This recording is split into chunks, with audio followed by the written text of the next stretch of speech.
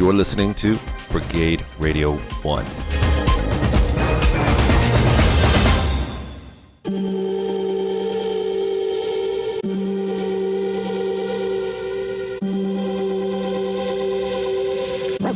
Welcome to the Antisocial Show. They're coming. They're coming. They're coming. They're coming to get you.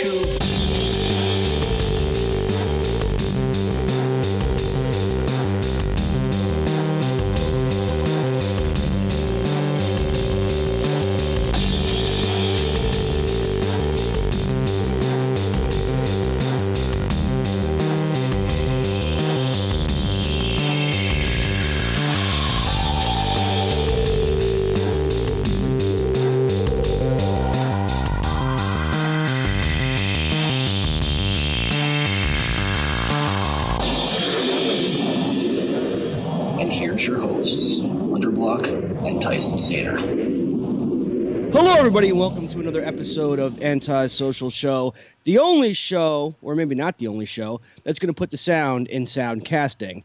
My name is Hunter Block, and he's Tyson Saner. Good evening, Tyson. Good evening. It's not. I don't know why I say it like it's a roll call. It's not like it's like Tyson Saner here. It's like here. It's like you're like I'm Hunter Block. Like hey everybody, and I'm just like. Oh, yeah, and it's like almost like I typed it out. I'm Tyson Saner, in case you're wondering, in case you gave a two hoots or a holler, me censoring myself. They probably do.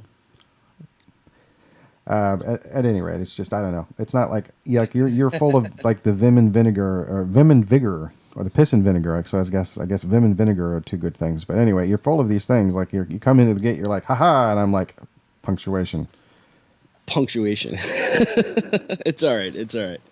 And actually, dear listener, it takes a lot for me to build up this level of energy. Because don't forget, it is 9:30 p.m. Tyson's time, and it is 12:30 a.m. my time. So a lot of times it takes up a lot. It requires for me to build up a lot of energy to put on this level of display for you all, so that I could be entertaining. And sometimes, like, right before showtime, I'm like, do I have this energy or don't I have this energy? And then I'm like, fuck, sorry. The heck with it.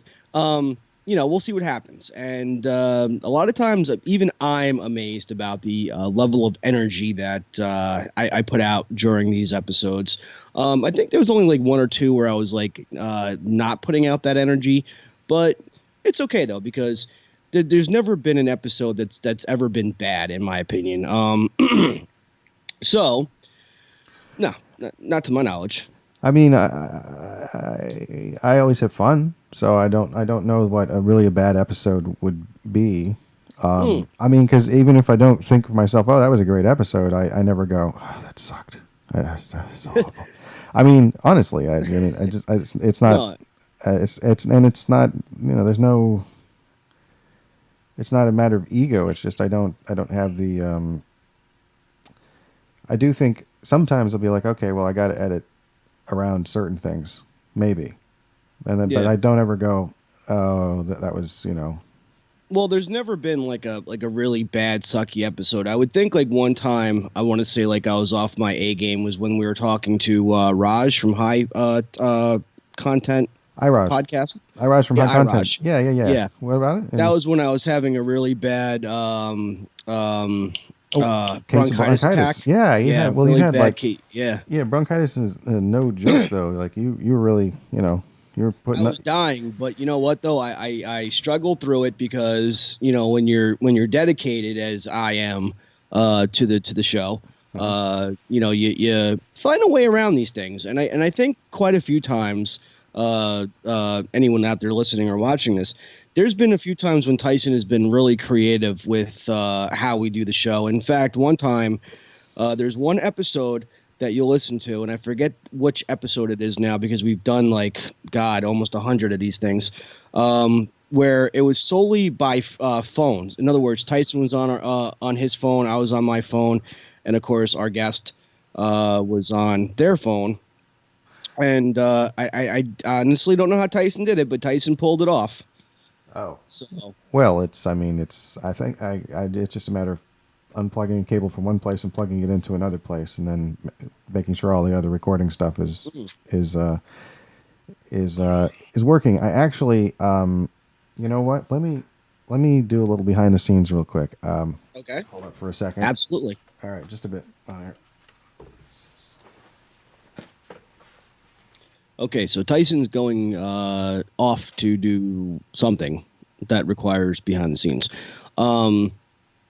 So tonight, we have a very interesting movie that I watched that Tyson recommended the last episode of Antisocial Show, which is episode 70. So we're going to talk about that in just a few minutes. Very good recommendation, very good show, movie. So we're going to be talking that up soon. And Tyson's back. Hi. Hello. All right. So, I don't know what you were talking about just then, but okay. So this is what I'm looking at. Maybe you can describe it. Okay. So Tyson's got a mirror. And okay, so basically I can see myself. Hi. As I see like the mirror verse of myself, which is pretty cool. I'm seeing the mirror verse of myself and of course Tyson. So if you remember in the last, so that's what you're basically looking at, that's right? I'm looking at my laptop, which by the way, there's my phone Okay. and my mouse, and then above that there is a second monitor. That is what.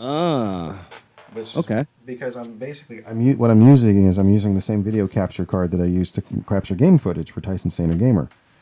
Oh, that's brilliant, So dude. it goes through a second monitor. So basically, Skype is going from my laptop into that second monitor as though it were like video game feed.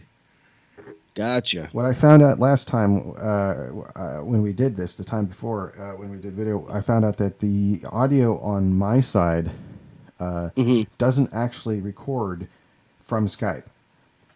But it does on Audacity because it's going through my mixing board at the end. So at the end of the day, I can't actually use the track that comes off of Skype, so it's a good thing that I decided to run Audacity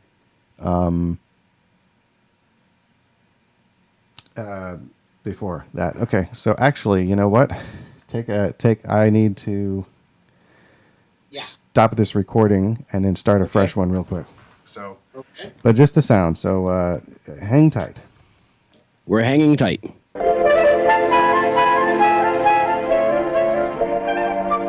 Anyway, so during the interim, you were talking about a movie and a game.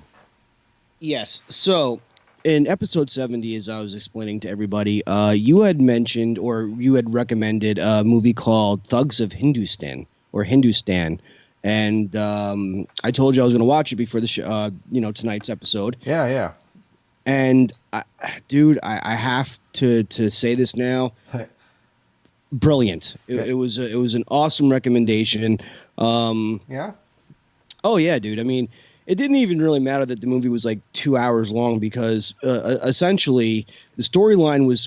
It's almost three. It's almost 3 hours long. I was basically lost in the movie. Now to those people that do want to watch the movie, there is subtitles. Yes, sir. But I watched the one in there's a couple of different ones on Prime, so I watched the one in Hindi version, if I'm saying that correct. Yeah. So essentially, that's the Indian characters who are real Indian people from India, they're speaking in their own native tongue. And of course, the British people that are in this movie are speaking in English, obviously. So it goes back and forth.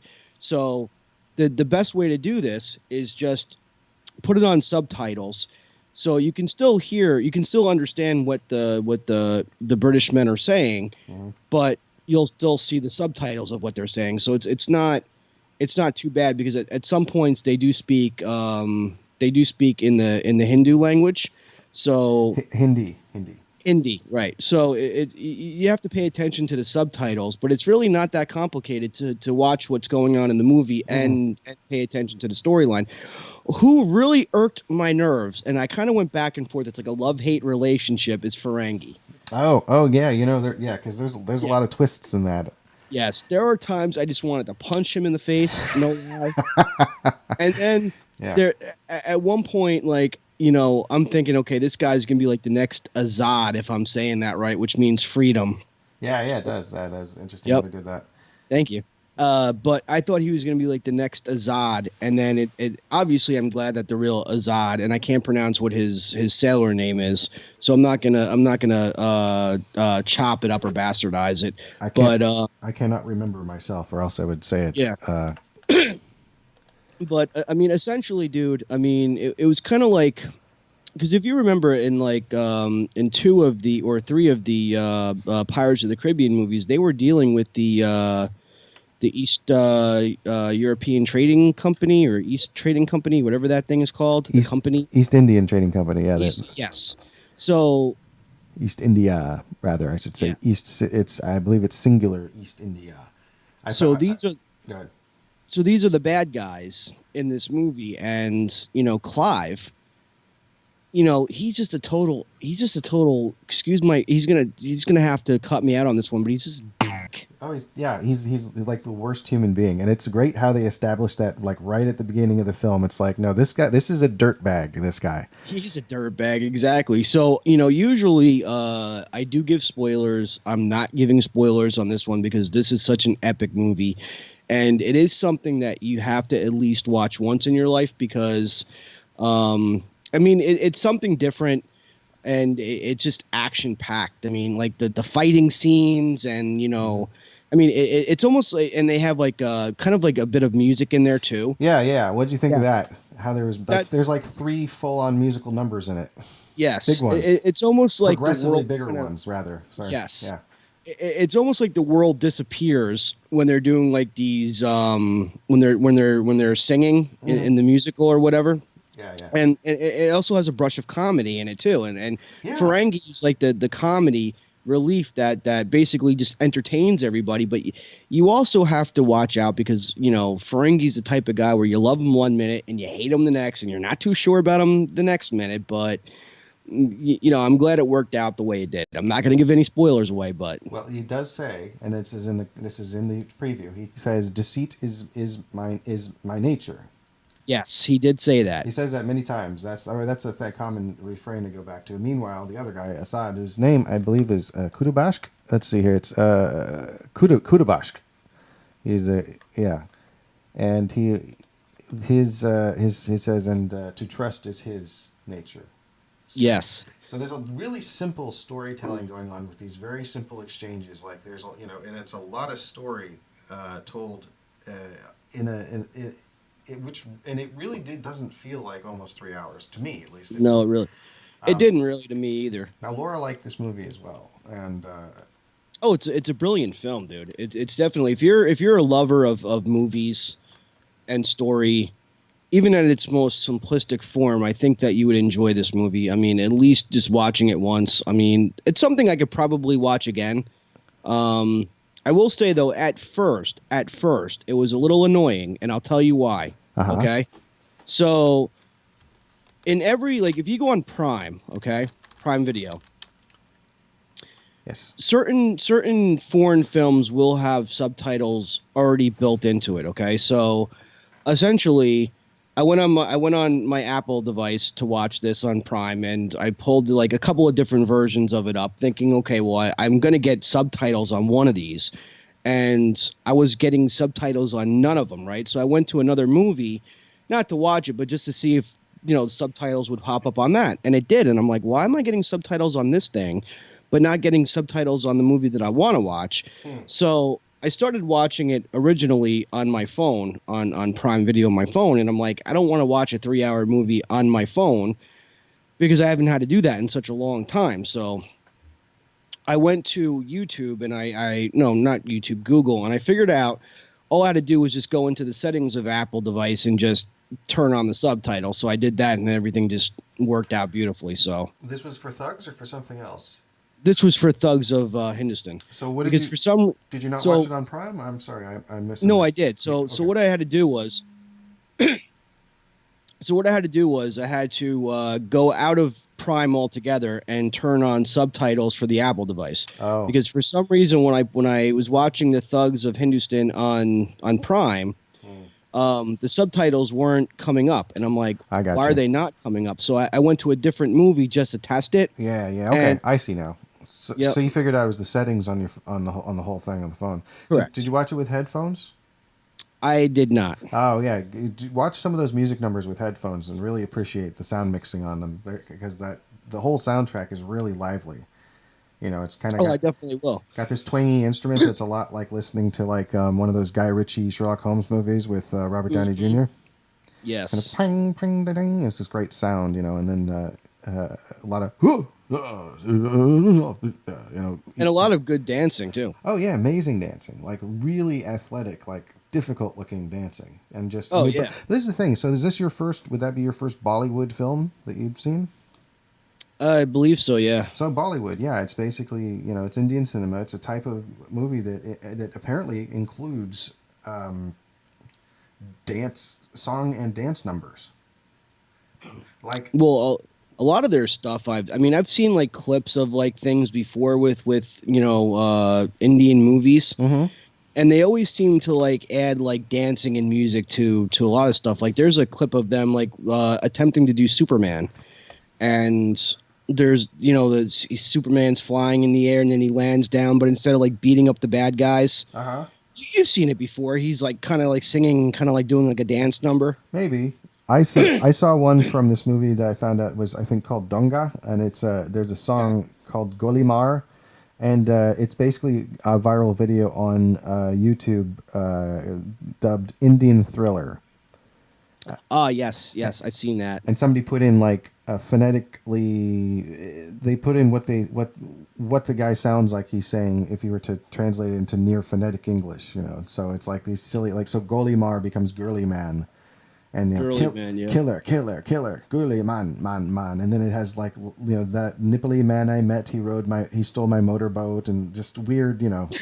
It's just silliness. It's silliness. It's funny though. But that's funny. But that's typical. There's these musical numbers, and it's like sometimes you don't know if they're fantasy or otherwise. In fact, you know, there is.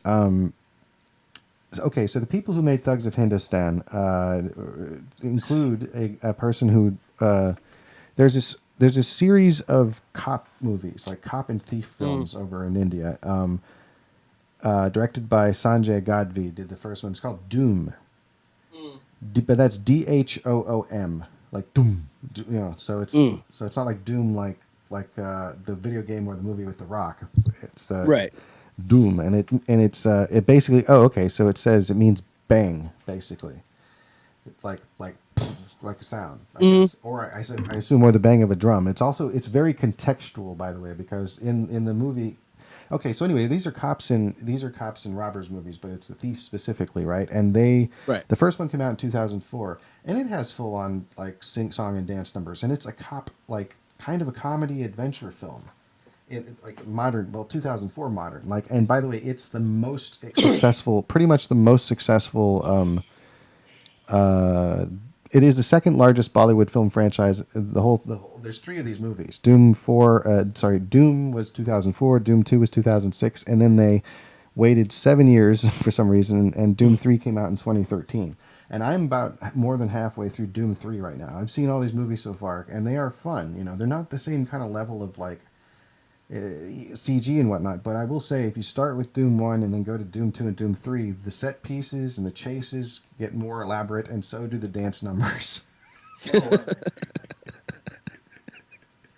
So it's really fun. And by the way, the guy who plays Ferengi is in Dhoom 3, as is the nice. As is the actress who plays Suriya.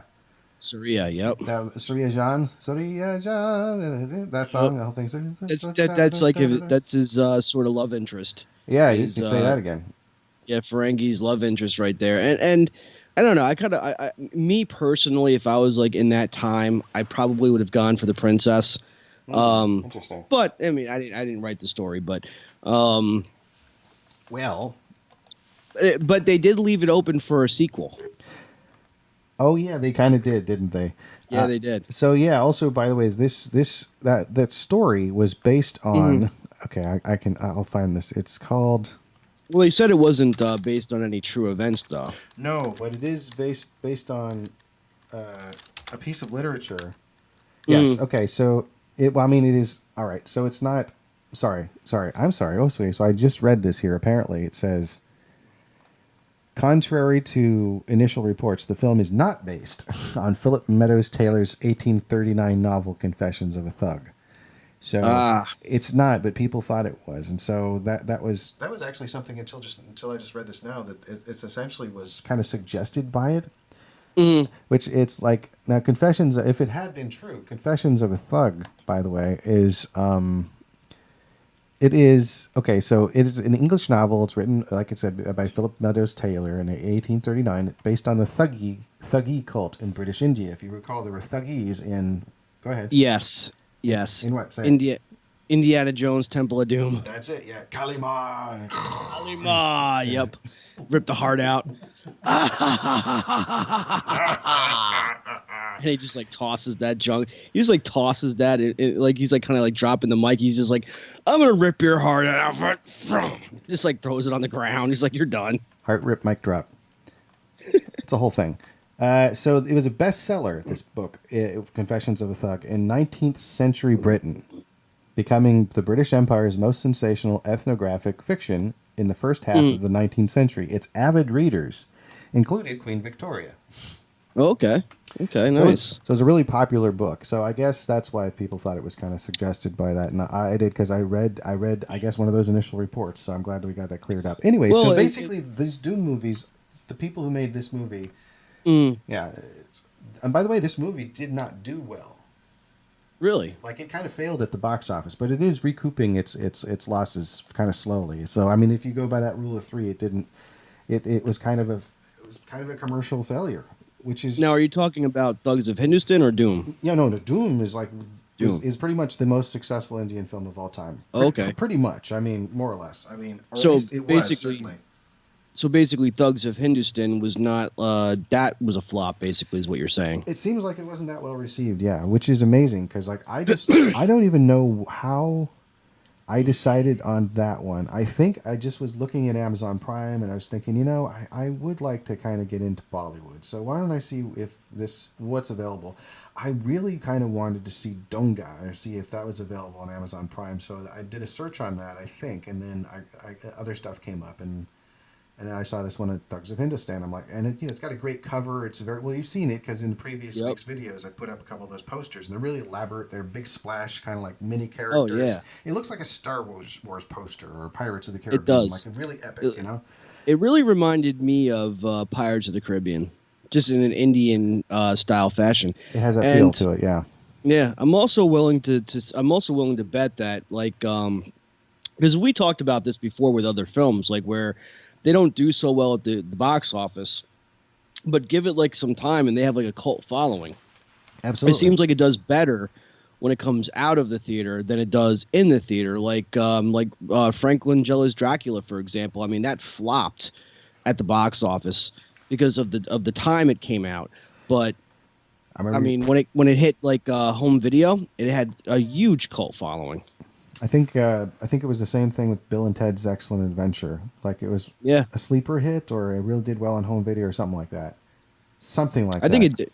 Well, don't forget our good friend Al Leong happens to be in Bill and Ted's Excellent Adventure. Oh, that's right. Is he Genghis Khan? Genghis Khan. Very cool. Yep. So yeah, Very I cool. mean, yeah. So I could say to the people out there, if they are looking for a place. Oh, so anyway, so yeah, I saw the poster, and then I saw there's a bunch of different versions of this, and I'm like, I don't know which one to choose. I think I just chose the Hindi one by sheer luck, and then I watched the trailer. I think it was. Yeah, so I watched the trailer, and I was like, well, this looks, how bad could this be? It looks pretty good. The trailer looks pretty good. Like you had seen the trailer, it's like, well, I mean, this looks like worth, and if I don't enjoy it, I'll just turn it off, Yeah, I mean, no, it was definitely epic, dude. I mean, I will have to say though, like, I mean, because I scan through Prime Video all the time, and I mean, had you not recommended it, I probably wouldn't have watched it. So I'm glad you did, because basically opened my mind to a new experience that I wouldn't have had before. So cool. You're welcome. Thank you. No, it's true. Because I do watch movies in subtitles if it like strikes my fancy. Like for example, Pan's Labyrinth, for example, it's a beautiful movie. Oh yeah. But obviously in subtitles. But that movie was phenomenal, and so was this movie. I mean, this movie is awesome. Yeah. So it was really good, and so it made me want to go back and look at more of these movies. And so it's like that's why I went to went to see. Oh, I'm definitely going to give more of these movies a chance now, because the dance sequence, the whole it's based on fiction, but it's not based on fiction, because essentially their ultimate goal was freedom from the British, and it was at a time when the British was in control of India. Sure, yeah. Oh, it's historical fiction. Yeah, it's based on some. Well, I don't think it's based. I mean, the whole English, invading India, taking control of India. That's I guess that's the truth part of it. But sure, yeah. I mean, British Empire. British Empire. So it's basically a story based on a little sliver of truth, you might want to say. Yeah, probably. Yeah. There are aspects of it. Certainly, there was there was slavery. Certainly. Oh yeah. Yeah. So, and the thuggies were real, I believe. Yep. That was a response, I believe. So, okay, so the Dhoom series, I was like, I want to see more of these. So I decided, well, I'll just stick with the people who, I'll see their first effort. So I decided to watch Dhoom, and I was like, oh, this is fun. It was fun. And I was like, but my best surprise is when the first song started, and I was like, oh, there's songs in these movies too. I was like, are there songs in all their movies? And it's like, there probably aren't. Right. But I don't know. I mean, I like that, so now it's like, well, that kind of sets a level of expectation. So it's like, I'll watch another one of these movies and be like, okay, I wonder when the song's going to be. Because there are only 3, and they are great, but there's only 3 songs in Thugs of Hindustan in that almost 3 hours. And the first one, I did not expect at all. The one where he's trying to he's in disguise. Yeah, he's in disguise as a British soldier or a British officer. Yeah, and they just had a scene where she's like, you want to love me in private. I want somebody who's going to declare his love for me, like, in front of everybody. In public, that's what he's doing. He kind of does. He kind of does. In disguise though, because he's not supposed to be there because he's Indian. Right. Yeah. So that's a whole thing. So then it was like 1799 or 1795 or something like that is when it's set. Well, it's actually set like 11 years after that. I want to say 1775, I think. That sounds pretty close to, yeah, right. So the other thing is there's this well-known actress who, so I had actually seen a Bollywood movie before Thugs of Hindustan. I just didn't remember anything about it. I remember there might have been singing and dancing, but I couldn't pay attention to it because I had trouble. The subtitles were a little too far away, and my ear hadn't really acclimated to the accent very well, and there's a lot of other factors going on. I was kind of really distracted during that time period. Anyway, so is this movie. It's called Bride and Prejudice, and it's okay, and it's It's a Bollywood movie. I can see the. Well, it is kind of. It's a Bollywood film, but it's not made by Bollywood. It's basically, as far as I understand, it is a version of Bollywood, and it also the female lead is also in Dhoom 2. Oh, nice. Because these came out around the same time, and this is a version of the Jane Austen story, Pride and Prejudice, done as a English-made Bollywood musical. I believe it's English-made. I mean, I feel like I could be wrong about that being, but there's something. Okay, yeah, Aishwarya Rai is. Anyway, I'll do more research and get back to you on how this one. But this was, and I barely remembered this, so now I really want to go back and watch it because it's like this was really, my experience with Bollywood so far has been really fun. Oh, absolutely. I think I wouldn't call the movie Gandhi. That was not a Bollywood movie at all. That was definitely. There was definitely Indian actors in this movie. legit in the Indian actors, but definitely not Bollywood by no stretch of the imagination. Although, So, although although I'm beginning to imagine it as that. I mean, I'm seeing. I mean It's just terrible, but it's in there somewhere. it really should be, but they're all speaking English essentially. None of them speaking Indian, so it's Oh well, yeah. There's a bunch of different languages there. There's also Tamil and Telugu and I think maybe Urdu. I'm not sure, or maybe Urdu's writing. I don't know. I actually popped Hindi into Duolingo, and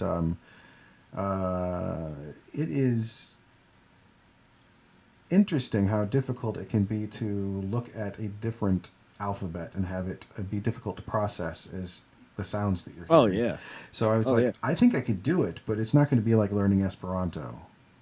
No. Although I noticed there are some similar words, like kyo. It's probably not spelled the same way, but I believe it's what. And it's like kyo and tio. And tio is like that, and kyo. And so, and also ne is no. And I hear them saying ne all the time in the Dhoom movies. And it's, so I'm wondering how many crossover words, there would be. Because, I mean, Esperanto was taken from a bunch of different linguistic sources. Anyway. Yes, this is my first Bollywood experience, and I have to say it was a pretty good one. I mean, it sparked my interest enough to give it a further try where I probably wouldn't have before. So I will definitely be checking out the Dhoom series. Oh, good. Well, let me know what you think of that. Well, they're not as long, but they're entertaining so far. Nice. In a very different way. It's not even as frenetic as, but it's more modern, So. But I definitely like the dance. Like I said, the dancing was my favorite part. But also too, if you notice, when they are dancing, they are singing. They're actually giving away what they're going to do. Yeah. As they're singing it, Yeah. So. Well, yeah. It was during part of it. It's because it's meant to be performance. Yes. It's very diegetic, I think is the term. In that it's like the music is coming because there are people singing and dancing, or playing instruments. Like in the Surya, that was a performance. So it's like it's actually it's not like like I just rewatched Grease, which I hadn't seen since for a while. I mean, I saw it when it came out in theater, really when I was really young. Right. Like the drive-through, and it's like I didn't understand what a musical was, but I do remember liking the songs because they are very musical and fun sounding. Like they're melodious. Most of the songs from Grease are very melodious. So, yeah, and it's also got classic '50s music in it as well. Anyway, so but like there's music in there. That is diegetic because it's people actually playing instruments or singing in the scenes, and then there's the scenes like Summer Nights, where the music and singing comes out of nowhere. So. That's what happens in a lot of music. A lot of musicals, there's no reason for there to be singing and dancing happening there. There's no. Yes, but because the fact it's like it is a musical. It's or when they do like musicals, turn them into movies or something like that. Mm-hmm. It's like in that reality, it's like perfectly acceptable to start singing and dancing out of nowhere. Like for example, if this was a musical, for example, and you're having a crappy day, you go into work and you're like, I'm here in work today, and I don't want to be in this effing place today. I just want to go home and get laid and sit on the couch and not work. And then everybody will just bust into song and start dancing about it. Oh, yeah. And then, something would, interrupt it, and then the music would stop and everyone would go about their business. Right. So... Right. So it's perfectly acceptable in that situation to like start, busting out. Like take West Side Story, for example. The majority of it just singing and dancing. Yeah, it's more like a ballet, but with sing or an opera. But there is But the choreography is phenomenal. Oh, yeah, I wonder who did the choreography for that. I wonder if it was like Hermes Pan or somebody like that. I might have to look that up in a bit. Oh, okay, so I'm going to try something. This is not exactly product placement. Okay. So here's a little teaser of a segment I'm going to be trying to do on my channel called Tyson Saner Taster. Okay. To keep with the Tyson Saner Taster. Tyson Saner, taster. Not a person who tastes colon, but right. But the punctuation. And so the first thing I'm going to be trying is something called Sprecher. Okay. I got this. It is a hard cola. Mm-hmm. And so it's alcohol based. It is. I got this at the dollar store. This is dollar store alcohol. So it's dollar store cheap stuff. Probably. I mean, well, it's technically this wasn't even $1. These were 2 for $1. So I so I got a 6-pack for $3. You know, and that's not bad. I don't know if it's even good. I've kind of had hit or miss with dollar store alcohol. Like there was a really nice Moscato, which is some people might know as a sweet wine. I love Moscato. Yeah, it's like a dessert wine, and it turned out to be a good purchase. And then there's sangrias there. There's like white sangrias, and those are pretty good. Those are also dollar store. But I've never had a hard cola from them. I may have had a Mike's hard cola in the past, but I don't remember. So, up yours. Up yours. Cheers. L'chaim. L'chaim. Chin chin. Chin chin. Salute, as us Italians would say. Mm. So, drum roll. How is it? Strange. Strange. Now, when you say strange, like, does it have a cola, like a Coca-Cola type taste? There is a Coca-Cola type taste. There is something that makes it definitely identifiable as a cola flavor, like a cola nut type flavor. I'm looking to see if there's any color in it. Because don't forget, the alcohol actually does change the flavor of a lot of stuff. Yeah, it is pretty dark. I'm just going to taste it again. Like it's using caramel color. You know, I'll be honest, that's not bad. There's kind of a carameliness to it, but like in the same way that cola is caramely. Nice. I could see this like maybe blended up with ice, like vanilla ice cream, like in a float milkshake type, kind of like a hard milkshake type deal, like one might do with an alcoholic root beer or an alcoholic ginger beer. Ginger.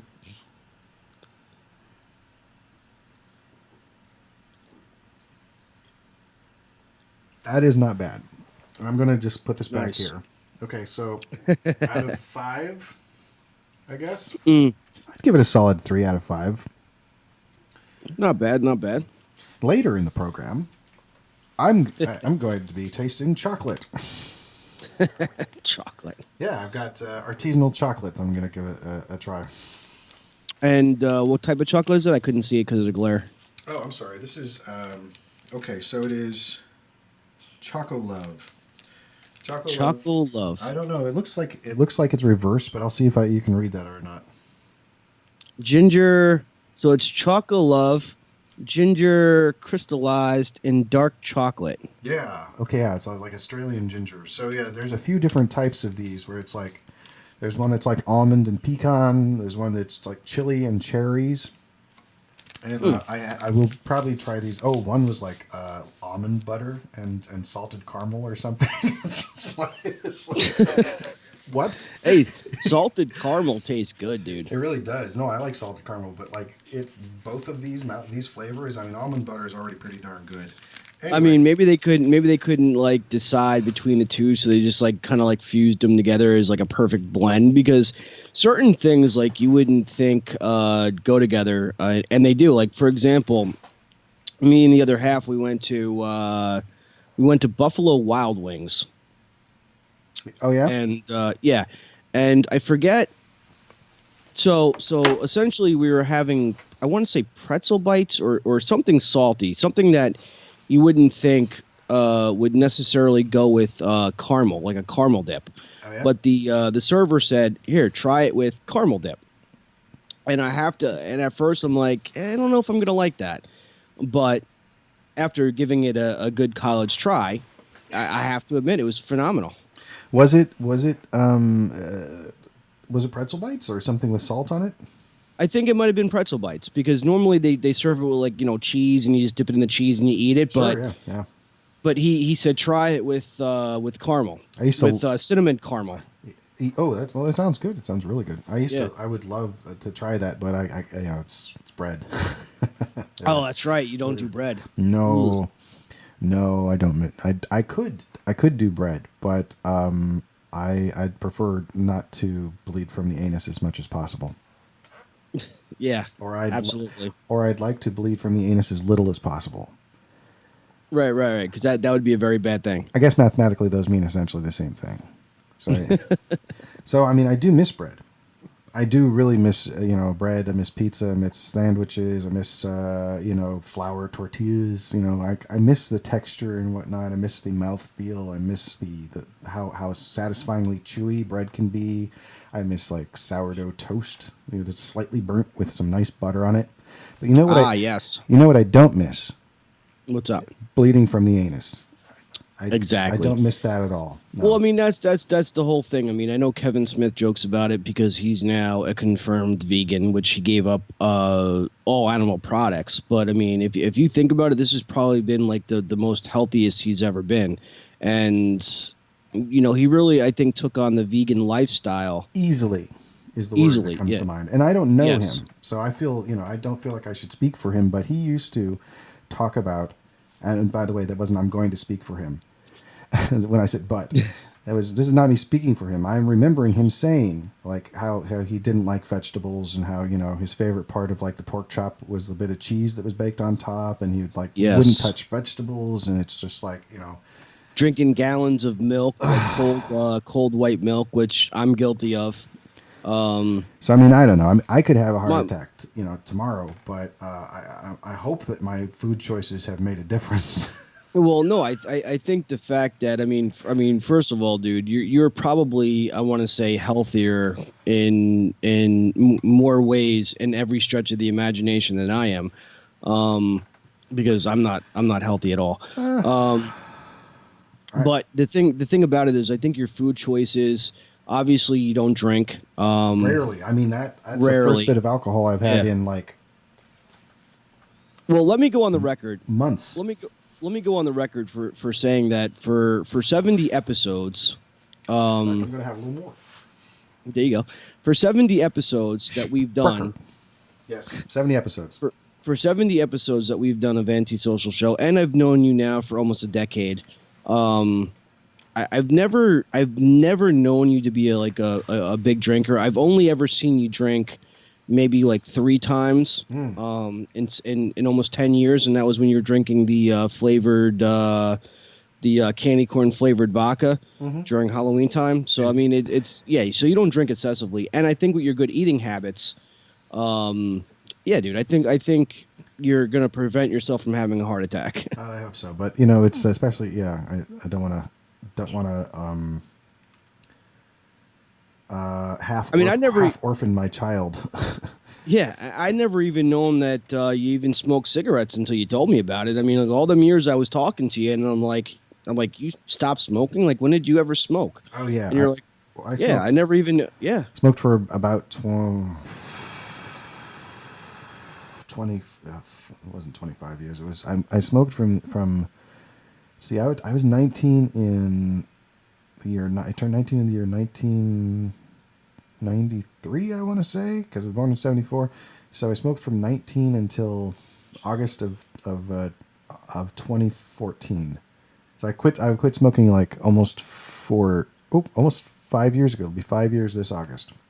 Yep, and we started talking in 2011. So. Yeah. I'm just processing that much time has gone by. So well, we never really came up. I would never say like, hey, I'm going to go outside and have a smoke or anything, And you never mentioned it. I was tapering off. Like I use the blue cigarettes.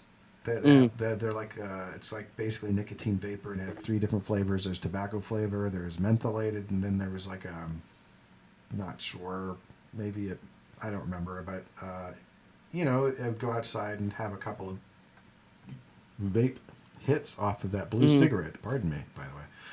And instead of smoking an entire cigarette, and then I just go back inside and go back to whatever I was working on or doing, or and after a while, I wasn't smoking cigarettes anymore. And then once those vape things ran out, it was like I think I'm good. I think I'm all right. So it was cessation, and it worked really well. Yeah. I don't know. Plus, it worked. Plus, it was just like it's time. It's really time. Oh yeah, dude. I mean, I mean, I gotta give up the sticks myself because it's just at this point ridiculous. I mean, you know how bad it is for your health, and that's. But everyone's like, oh, if you want to quit smoking, go to vape. I don't want to like replace one bad habit with like another, if that makes sense. Right. I don't know. I mean, if I'm gonna give it up, I'm just gonna go cold. I don't vape nicotine now, but I did because it helped me quit. And because I wasn't buying cigarettes, so I was satisfying the urge of inhaling something, getting some nicotine, and exhaling something, but without having to burn an entire cigarette because money. It's like I'm going to smoke this thing. These things cost like $2 each. It's not quite that bad, but it is pretty. I'm gonna. Oh yeah. This whole thing. It's expensive. That's going to. Oh my. Okay. In fact, I'm gonna finish this later. So to come back and refry them and it's a whole thing. But like with the blues.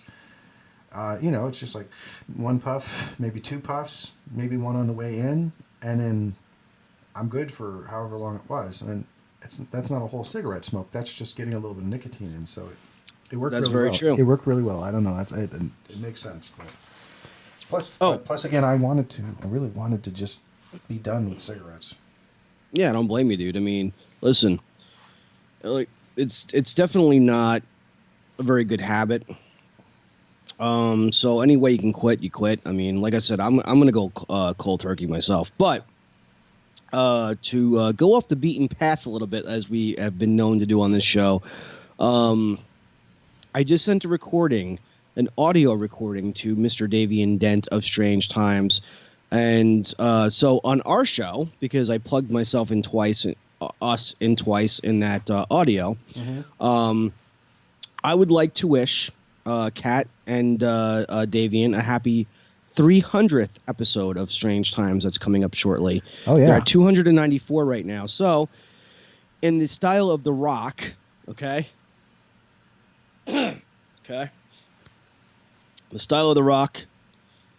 Davian, you look like you never seen the light of day. And Kat, you look like you just got out of prison. So both of you jabronis, you should know your candy, shut your candy mouths and know your role, and happy 300. There you go. And so say all of we. Yes. Basically because I saw Fighting with My Family over the weekend, and it was phenomenal, dude. Phenomenal. I saw the preview for that. That looks good.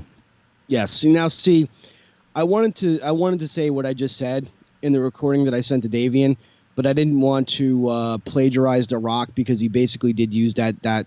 Well, he said basically the light of day towards Paige in the movie, but I didn't want to plagiarize that, so I just came up with something different and I just sent it off to them, just basically wishing them a happy 300. Because think about that, dude. 300 episodes of a podcast is phenomenal. Yeah, that's And I mean, how many episodes in is Succotash? Succotash is well, my return is going to be episode 189. See, that's phenomenal, dude. I mean, we're at 70 right now. We're going to be doing 100 soon. Not that soon. Not that soon, but soon. I mean, but yeah, it's actually going to be because we do them by every other week. Like if we did them weekly, it would be 52, and so we'd be there within half a year. But because you have to do that in half, so like 26. So it'll take, in order to get 30 more shows, it'll need more than a year. And that's totally fine, dude. Because I mean, if you think about this, I mean, as long as you do, this is my opinion. As long as you do an episode every, I mean, think about this. If you do an episode every week, that's great. But if you do every other week, that's fine too. And I certainly don't have a problem with doing like every other week, because also too, because now it's kind of like we have not Strange Time, sorry, Succotash. So it's kind of like we have like I feel like I'm the host of Succotash now, even though I'm not. But I get to have fun promoting it because you're doing it. Not that I didn't have fun promoting it before. So it's cool because you do one episode of Succotash. You did. And we do one episode of Anti-Social Show. Mm-hmm. So it works out well that way. Plus though, with that 1 week, I mean, because we're still, if you think about it, we're still theoretically uploading an episode just about every week. We're just not recording it every week. Yes. Let me stand up too. Yeah, it's backwards. I'm looking at yours is right side. I don't know why mine is backwards, but it should No, look like that. Yours is looking the right way when I look at it. So, and does yours look backwards to you? No, not at all. Because yours looks right ways to me, and mine looks. I don't get it. Sorry. Anyway, so yeah. But yeah, I mean, theoretically, we are uploading an episode every week. We're just not recording every week, which is fine because it gives me enough every other week. But it gives me enough time to get content up. Good. Content is good. And plus, though, I'm planning something very epic for episode 100. So we do require some time to plan it and put it together and make sure that it meshes well. And, I mean, honestly, October is going to be I'm glad we're not even getting to 100 by October because October 13th is going to be the day that I tie the knot officially, everybody. Congratulations. Thank you. We're getting married October 13th, and we're going to take our honeymoon thereafter. We're going to New Orleans. But we're doing actually something different. We're not doing the traditional bachelorette party separately. We're doing it as a whole. So we're doing like a whole wedding for the wedding party. So we're not going to like go to some cheesy like stripper joint or nothing like that. We're just going to go out and have a fun time in Atlantic City. Nice. Where I will get properly boozed up. Properly boozed up, yes. Yes. Properly. I plan to get proper. Well, congratulations again to you. That's fantastic. Thank you. I sent you. Did you get the invite? I did. Perfect. I appreciate the invite. Mm-hmm. Yeah. I mean, listen, I'm going to go on record right now. If you can make it, that's fantastic. If you can't, I understand because, you got young Master Jareth. So, I mean, listen, if you can make it, fantastic. If not, don't worry about it because me and Lady Block will try to make it out there in 2020 to come see you and hang out with you guys. And I'm thinking if that happens, if that's the case, if you can't make it here, and we make it out to you guys, we should actually do for the very first time an episode while we're still while we're under one roof. Oh, that'd be interesting. Yeah, I don't know how that would work out, but I like the idea. It's gonna be great. I can bring my mics. Yeah, I don't know. That's an interesting thing. So maybe is Tyson saying he doesn't want to meet me in the flesh?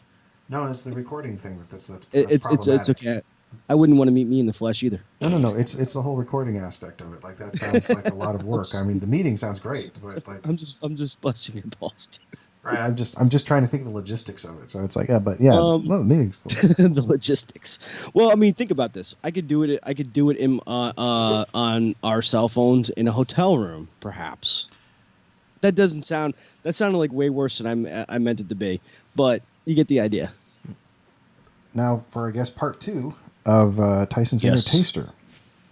Okay. So I'm going to try this chocolate from chocolove.com.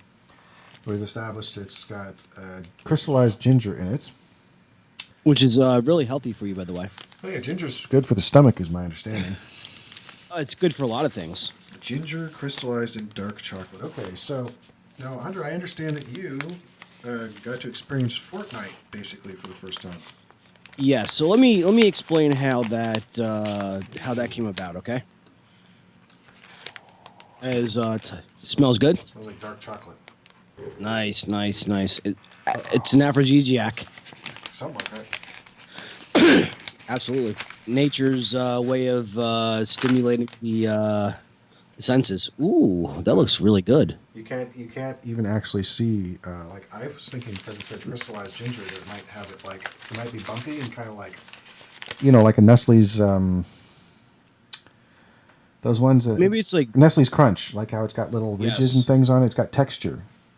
Yes, maybe it's like baked into it, so like when you take a bite, you can see the crystal. Right. So I'm gonna break off a square, I guess, if I can. Okay. Okay. So Fortnite. Yeah. So Fortnite. So, okay. So, I've seen people play clips of Fortnite, Certainly J-Muse, when he goes on Facebook, he plays it live always. Yeah. And I've heard people talk about Fortnite, but as far as like me wanting to play it, never had a need for it until Tyson Saner happened. I was watching Tyson Saner Gamer, and he was building a sky bridge. Yeah. So That's I'm fun. like, okay. He's in what's called the creative mode. So he's basically not battling his friends or strangers. No. In the gaming world, he's just building a bridge. That's right. So I said, okay. I one night I just broke down and said, let me just download this game and just give it a try. Even if I just download it, just build some crap and just delete it off my console. At least I say I've tried it. So Yeah. That's free. and I think what grabbed me to this game was the fact that I was watching you make something. Yeah. So But it just looked like fun, huh? right. So I downloaded it and I started building stairs, which led to a sky bridge. I started building a sky bridge. I started like mimicking almost what you were doing. Oh, really? That's Yeah. funny. But what's funny about this was the fact that I started like building platforms of different sorts, different materials off of my sky bridge, and I started building nonsensical structures. Okay. Sure, yeah, okay. And I'm like, okay, this seems like fun. I can do like bricks or metal or wood, whatever. Seems like fun. Mm-hmm. And then I landed on the ground on the island that they provide for you. And at this point in time, I didn't understand the concept of memory space, okay? Oh. Which I had to destroy the whole sky bridge to build what eventually will be like the most awesome fucking thing, that I've ever built. So I landed on the ground, and I'm looking at this. I'm like, okay, what could I build here, okay? Mm-hmm. And what popped into my head was Super Mario Brothers, how everything is made of bricks, like the castles, the landscape. Yeah. So I'm like, I wonder if they'll allow me to build a castle. Okay. So I started building I started building one tower out of bricks. I'm like, okay, this is going well. I built like a floor and like, the whole tower. Mm-hmm. And I'm like, okay, well, it needs a middle and another tower. So I started building that. And then I built a wall around it. I'm like, okay, my castle has to be protected by this wall. And now in the four corners of this wall, I need towers. Now these towers, they kind of slightly go above the wall, not too much above the wall. Mm-hmm. Actually, they don't go above the wall at all. But there's like these big windows sort of deal in the front and the back of the towers, so that the guys can be like at the entrance of it, like, or at the window, or the big window of these towers, and they could do like bows and arrows and crap like that. And I'm like, okay, well, towers are not enough, so I built a fort in front of the whole castle, and I built a fort behind it that's connected to the actual fort in front. Mm-hmm. So there's a fort in front of the wall, and there's a fort in back of the wall that's connected by tunnels and things like that. So I'm like, okay. And then at one point I ran out of memory space, so I destroyed the entire sky bridge. Just got rid of it. Didn't need it. It was just ridiculous. Which platform were you doing Fortnite on? PS4. PS4. And you ran out of memory on the PS4? They only give you like 1,000 bits of memory space, so it's not like it's limitless. Oh, that's interesting. So then I built on 4 pillars. I built a platform above the castle. Okay. Mm-hmm. And I built what I call the twin paradox, because they're basically twin castles, so to speak, that's connected by tunnels. Okay. And the objective of these two castles is to protect the main castle. And then I didn't stop there. Then I started building forts on the side of the wall, okay? That's basically all intertwined. So they're all intertwined to these 2 upper castles. And if you go into one stairs, if you go down the stairs, you can actually by the way, I should say that I built these tunnels that connect the 4 towers. So if you go into one fort and you go down the stairs, you can actually access one of the tunnels on the left side. So you can actually go from one tower to the other. So all the towers are connected by these tunnels. Cool. So yeah, I'm going to take a video of it so you can see it. It's like a fort. Oh, absolutely, dude. It's like and you don't even understand. It's like I started playing, and then it's like the next thing I knew, like 2 hours went by, and I didn't even realize 2 hours went by, and I'm like, oh god. Is this your first third-person game? Or have you, yeah. Do you play what other video games are you like been playing like lately and like recently and stuff? Well, because we don't talk about video games all that much, I don't think. No, we tend to do sometimes, but okay. So I started playing, which I'm really fascinated by. I started playing Silent Hill Downpour. That's again. right. I remember you talking about that. Yeah. Yes. Okay. And then when I first got my PS4, I got The Evil Within. So I started replaying that. Oh yeah, that's one I definitely have wanted to play. That looks like real dark. I just want people to know, okay, that I'm totally humbled by guys like Tyson because, and I'll tell you why. Tyson has his own gamer station, gaming outside my no, that's Laura. Tyson Saner Gamer. Right. Okay, so I'm the type of person that absolutely loves video games, but when it comes to video games, if I can't grasp the concept of it, I just don't play it anymore. Oh. So I start watching other people play the same game, and I'm like, oh, that's how it's done. Oh. And then I go back to playing it. Like the only thing stopping me from playing The Evil Within was there's this one scene or this one part where this guy is like chasing you with a chainsaw, and you have to kind of hide. And I'm like, I couldn't get past this for 5 years. Oh boy. So I'm like, I'm just not gonna play no more. So. Wow. Yeah. Totally. I'm like, you know what? Let me just YouTube this and see how it's done. And when I realized like what I was doing wrong, I just instantly picked it up, and I'm like, okay, so now I'm a lot further. But so I've been a lot further. But the reason why I haven't played it is because I've been playing Fortnite. And Jessica, Jessica wanted me to thank you for that. Oh sure, yeah. No, not in a good way. Well, no, I assumed not in a good way. Honestly, I was like, I was like, well, it could be a good way, but it's probably not. And I'm sorry, Jessica. No, but thank you though, because I'll tell you why. So when I was a kid, right, I had like my father got me these blocks, like these building blocks, and I remember like building like all these like cities with these blocks and having like, little action figures and like making up stories and things like that. So that's cool. That's what Fortnite reminded me of. It like kind of like reminded me of like my childhood. And I'm like, oh my god, like I forgot how much fun this really was, just like building stuff and just like totally relaxing. Yeah. Oh yeah, it's like, well, I mean, you should. Did you see my Lego Worlds video?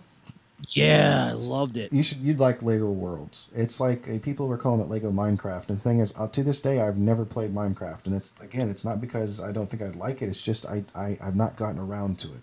And I really like Lego Worlds, and I'm pretty sure I would like Minecraft. That's the thing, is I know I would. I mean, I've played. Oh, Minecraft! I heard was like phenomenal to play. I mean, I got the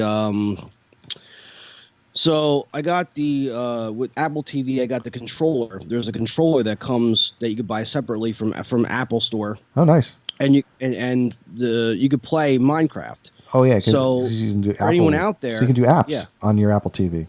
Yep. Like so games. For anyone out there, yes. So for anyone out there, you can get Minecraft for like $19, I think, off the Apple Store, and just like use the controller and play it. It's really stupidly inexpensive. And that's the mobile version, or is that like the which? Sorry, I'm trying to think of which, because there's a mobile version of it on Android, which is $6.99, and I haven't. That is the version I assume would be on the Apple Store. I think on the Apple Store it's like $19.99 or $19 or something like that. Unless it's like the full game, like concert style, like Windows 10, because Windows 10 also has like a full-on type, basically what would be on a console or on a PC game, because the consoles and the PC games are closer in like size, and what they can do. Now, I watched you play. Don't Forget to Starve. Oh, the Don't Starve, yeah. Don't starve. That's it. But the name of the video is Remembering How Not to Starve. Yeah, because Yes. as I hadn't played Don't Starve in a long time, it was something I used to play all the time. In fact, I started playing it again. But sorry, you were saying? But you said that you mentioned in your video that you played by PC. Now, is playing PC better than console, or is console better than PC? Oh, they're exactly the same. It's just, especially since I have the, well, I mean, except you can't play with a mouse and a keyboard on your console. I mean, you could, but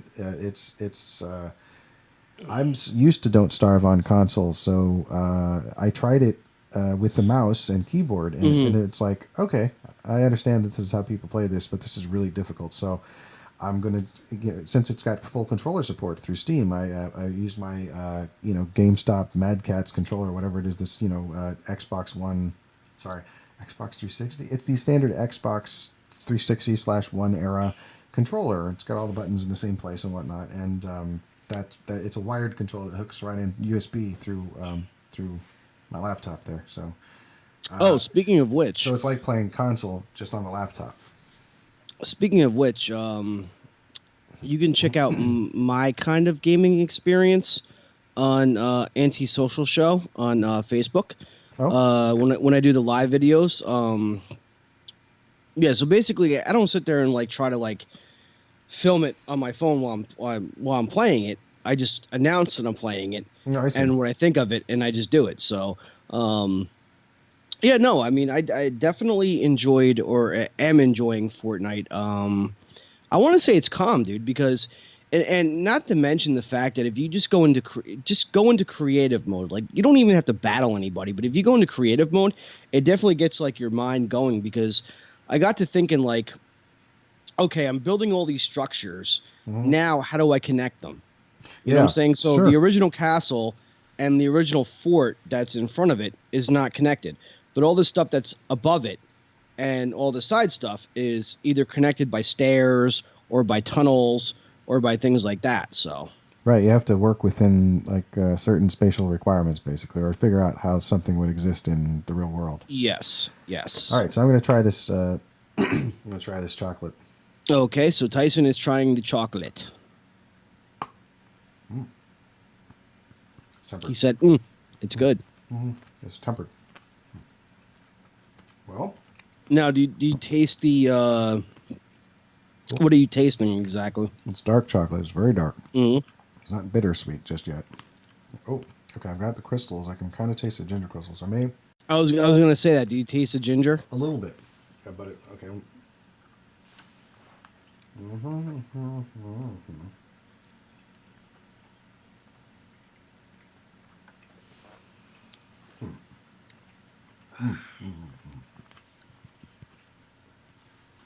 A little bit. The big piece. When I put the whole thing in my mouth. Oh, that's nice. It's dark chocolate, and then it's like a hint of ginger ale. Oh, okay.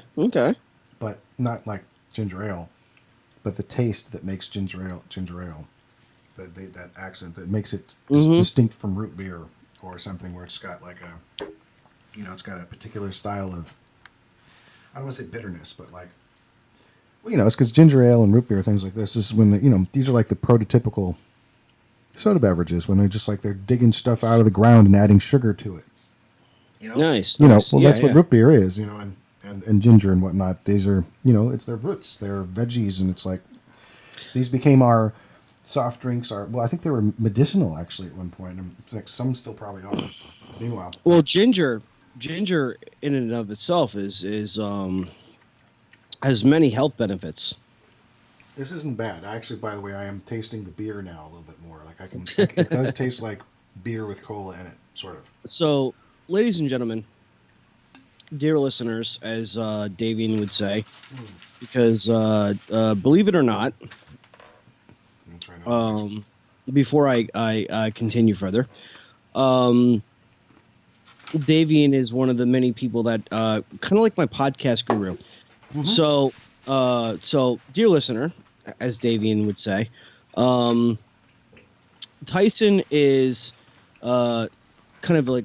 Tyson is having chocolate and beer, so to speak, but in like Coca-Cola sense of Yeah. chocolate dip. Yeah. Yeah, it's like coconut and chocolate. And by the way, Yeah. I'm going to give it 5 out of 5 stars.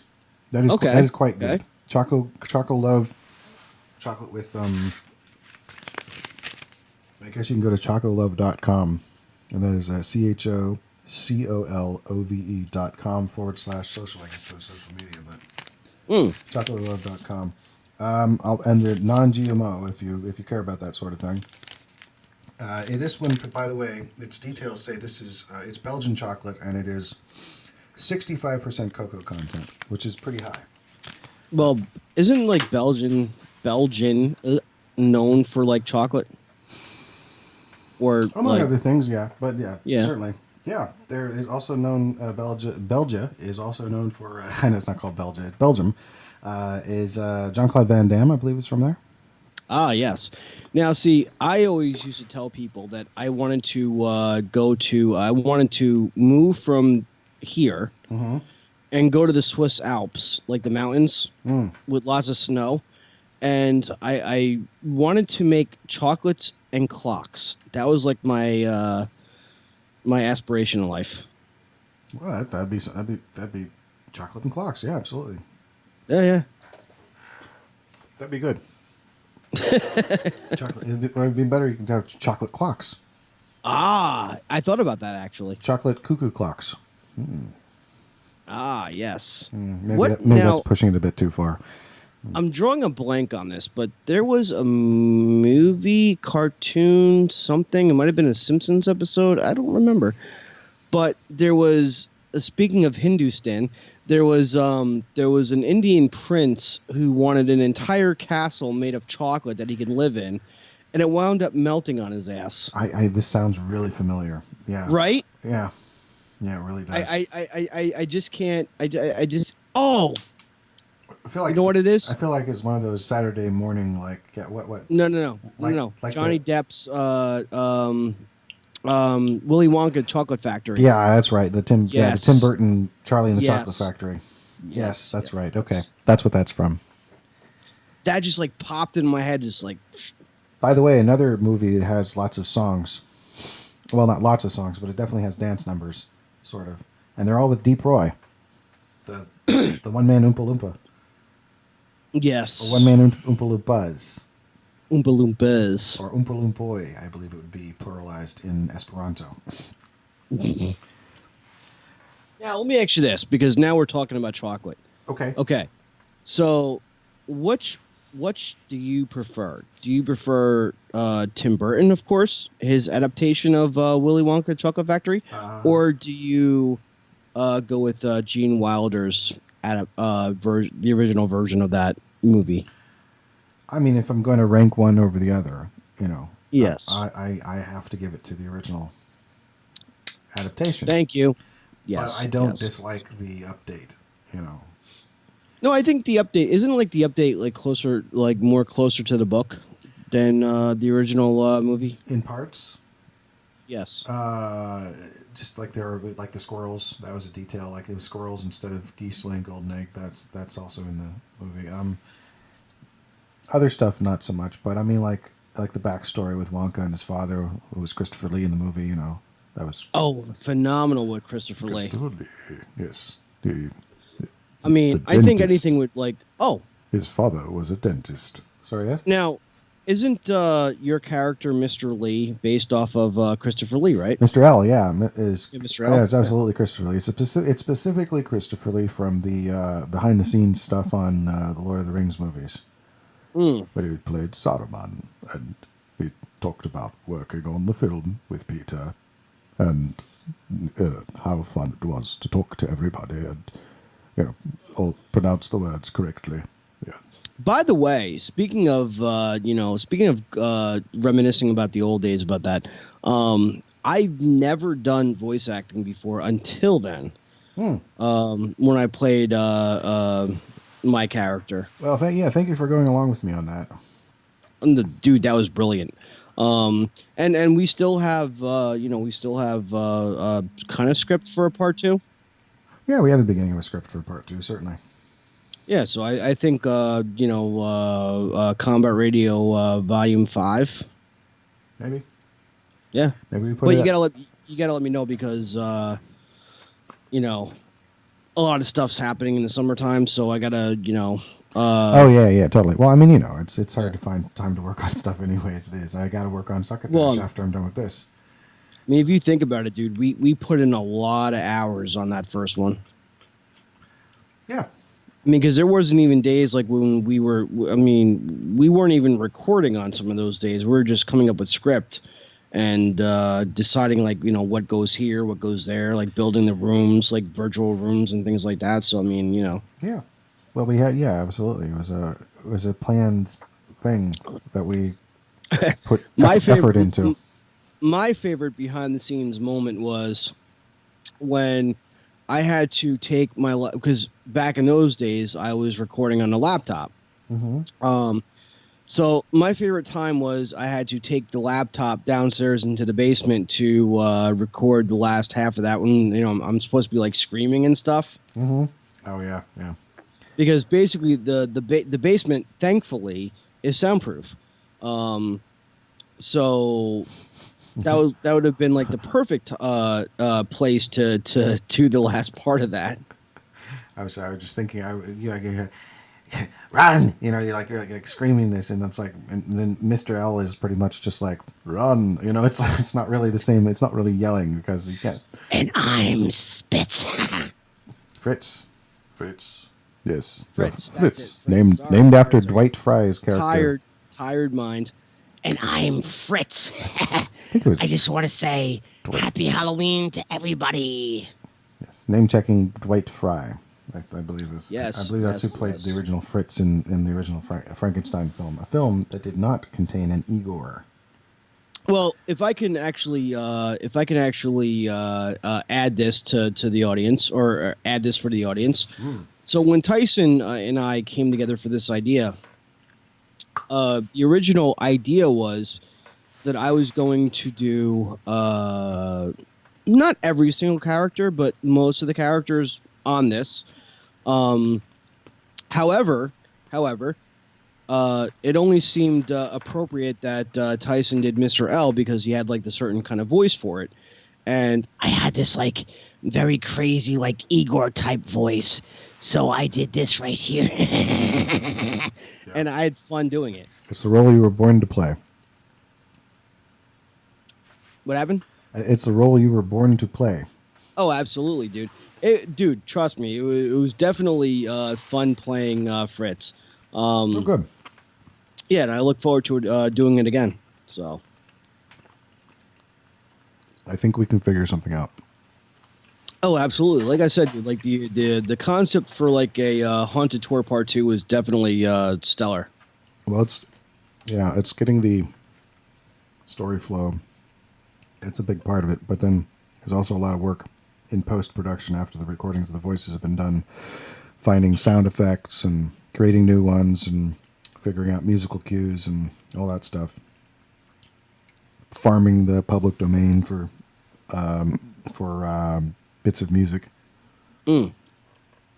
This is what happens on the Antisocial Show if you're just joining us for the first time. We start talking about one thing, and then we just start like going off on completely different tangents and coming back to the original thing most of the time, depending on how the episode evolves prior to the release. When we send the horses out, you never know what you're going to get. So let me know if you decide you're going to watch another Bollywood film, specifically if it's not one of the Dhoom films. Like, let me know what the next one you see is, and I'll if it's on Amazon, I might give it a look as well. There's one called Kick that looks pretty interesting. I'm definitely going to give Bollywood a try because, like I said, dude, I mean, I certainly don't have a problem with subtitles. I mean, like I said, Pan's Labyrinth was beautifully done. And not to mention the fact, if you think about this, everybody should like step outside like their comfort zone, not to steal from Laura's gaming tag, but everyone should see a movie like wouldn't normally see, because you never know. You know what I mean? Like, for example, like with me, Thugs of Hindustan, I probably would never have given Bollywood movies a shot unless you recommended that for me. So since you did, I watched it. It like opened up a whole new avenue of movies to watch. It's the same thing with Good to hear. when I watched Schindler's List for the first time. Oh. Yeah, with Lehman Nilsson. Yeah. So because I watched that, I watched Jacob the Liar. Oh yeah, Liam Neeson. Yeah. I was messing with his name. Lehman Nilsson is actually the name I chose for my dad does Dungeons and Dragons, and so he created a new game for the three of us to play. He and Laura and I named my. Wait, you said your dad? You said your dad, right? Yeah, my dad. He likes Dungeons and Dragons, so he created. Your dad is the shit. Yeah, he's pretty cool, and he really is. And so I called my character Lehman Nilsson because of that specific gaffe from that earlier episode. I just thought, that's a good name by itself too. I'll use that. Lehman Nelson. So it's like Leeman and then Nilsson, like Harry Nilsson. Everybody's talking at me. That guy, that Nilsson. You know what's really cool? I'm glad you actually brought that up because I remember. So I went out. Me and Jessica, we went to watch Fighting with My Family, which is a wrestling-based movie. Yeah. And obviously, she knows who John Cena is. She knows who The Rock is. But I'm more of the wrestling fan than she is. So what was really nice was we're getting in the car after the movie, and I was telling her, I'm like, it's really cool to actually watch that movie because I remember my dad taking me to my very first WWE pay-per-view wrestling match where I got to see Stone Cold versus Mankind versus The Undertaker in the main event. It was like totally fucking badass. Wow. And I know I'm cursing a lot, but that's really cool. No, badass is fine. Badass is fine. So I'm glad you brought that up because it's really cool. Like your dad, for example, like liking Dungeons and Dragons. And that's a game like you could play all the time because like doesn't it evolve? Like doesn't like the different like you can do like different stories, like not everything is like always the same. Yeah, it's yeah, absolutely. Actually, if you want to, there's a couple of podcasts. There's one called Nerd Poker that Brian Posehn does. Harmontown used to do more Dungeons and Dragons kind of in the beginning, not like with the first episode, but at least by the 10th, I believe they were into a campaign, because then that's where they found their dungeon master, Spencer Crittenden, who is the Sixler on Twitter. But like if you want to, there's a show called Pretending with Dice. Like Adam Johnston, who was used to hang out with us on the breaks in the chat box. He had a podcast called Sup Dude for a few years with a friend of his, and he also has some videos of himself and his friends playing Dark Souls, the video game, which is pretty fun to watch because it is a difficult game. Anyway, so yeah, he has a podcast that's all Dungeons and it's role playing games, and including there's a Star Wars campaign. And he adds music and sound effects. Now, let me ask you this: Are you guys playing like the original board game? I understand that there was a board game, but when I hear the original, I owned it, but nobody would play with me. Are you talking about Dungeon? No. Oh yeah, because there was a board game. Yeah, no, this is well, okay, we got the starter kit because I mean, but Dad's been playing since like the 80s at least, and it was started with the second edition, I think. Advanced Dungeons and Dragons. So there's a whole book with like there's a guide with like all the creatures and like the rules for you roll dice and stuff, and it's you draw up your character and it's. There is a board game because my dad got it for me. There is a board game. Because I remember like getting like this like really cool ass poster out of it. Yeah. So we don't do the board game is I guess the answer to. Okay. Okay, hold on. My computer just tried to sleep. All right. But no, we don't. We've not. I've never seen the board game. This is. I wish I still had it. Yeah. Yeah, it was fun. It's just there's a story that's like that the dungeon master creates and then kind of leads the characters through it. Yes, I remember that part of it. I mean, I've never actually so my dad got me the board game. I've never actually physically played it. I just remember I really liked the really cool poster I got out of it because it came in a poster. It was like a big, the big red dragon, and Cool. I just yeah. It's very neat. There's also if you like video games and you like watching people play video games, there's a couple of channels. Which I do. Outside Xbox and Outside Extra, that is XTRA. These are two separate channels. There's some kids in Britain, and I say kids because they're like 10 years younger than me or something, at least 15, but they're in their like 20s and 30s. But they have a couple of YouTube channels where they're playing video games, and they have something, because they're called Outside Xbox, like the original. It's all based on the original channel, which is OX. So Ox for short. So they started playing Dungeons and Dragons live on their stream, and then eventually in costumes, and it's called Ox Venture. So if you want to watch people playing Dungeons and Dragons, which is the most similar thing to what we do, is what they're doing essentially. Yeah, so nice. If you want more of an idea of what it is, if you haven't really, if you've not seen anybody play or in the same thing I'm talking about, it's pretty close. It's pretty close to what they do. I'm about to get real dark on you for a second. The only thing I really remember about Dungeons and Dragons was the fact that there were murders in the 90s based off of Dungeons and Dragons. Oh well, yeah. There was a whole thing where people thought that it was encouraging satanic behavior. Yes, but it really wasn't. No, it's just. I mean, well, look, and if it was, then it wasn't by itself. Anybody who was encouraged to satanic behavior had stuff wrong with them to begin with. You know what? Can I just say this, for example? Yeah. What I find funny about religion, which we never talk about on the show, obviously, because it's not geared towards religion, but since you brought it up, and Tyson's about to get all sweaty. No, it's just that we're almost like an hour and a half now, so it's like no. I'll keep it quick. Okay. I promise I won't say I'm from New Jersey and no. I came from my dad's balls. No. What I find funny about satanic, their religion, like worshiping Satan and all that, is that you think about evil and demonic and all that other crap, but if you listen to what the satanic people have to say, like, they're kind of preaching like they're from goodness or something like that. And it's kind of funny. That's all I was going to say. Well, there's a whole thing about the Church of Satan being an intellectual exercise. And there's really not enough time to get into it here, but it is not at all. It is a complicated thing.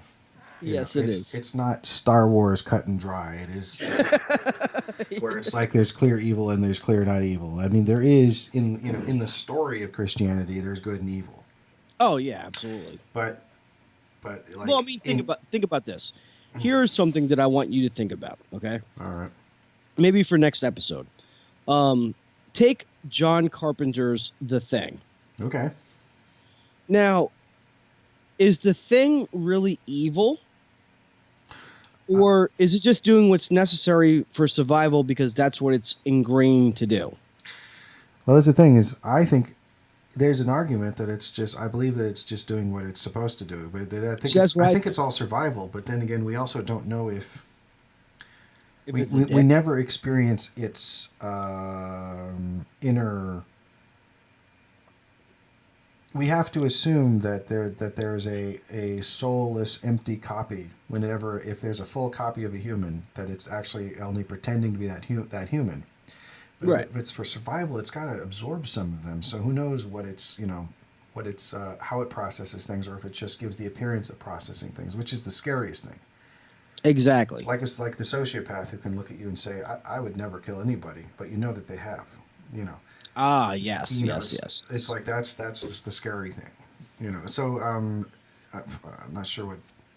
Anyway, so I guess what was the question?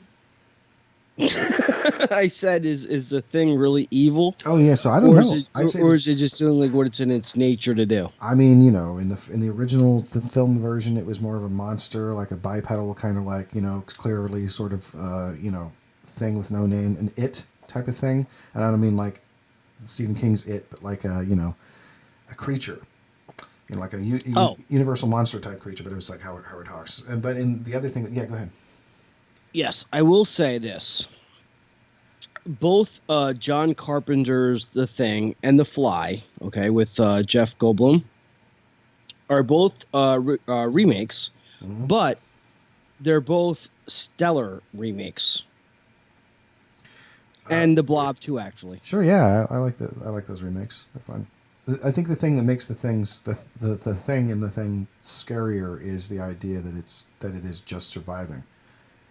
Mm-hmm. So if it's evil, then it's like, well, then it feels like there's a purpose before good and evil to exist.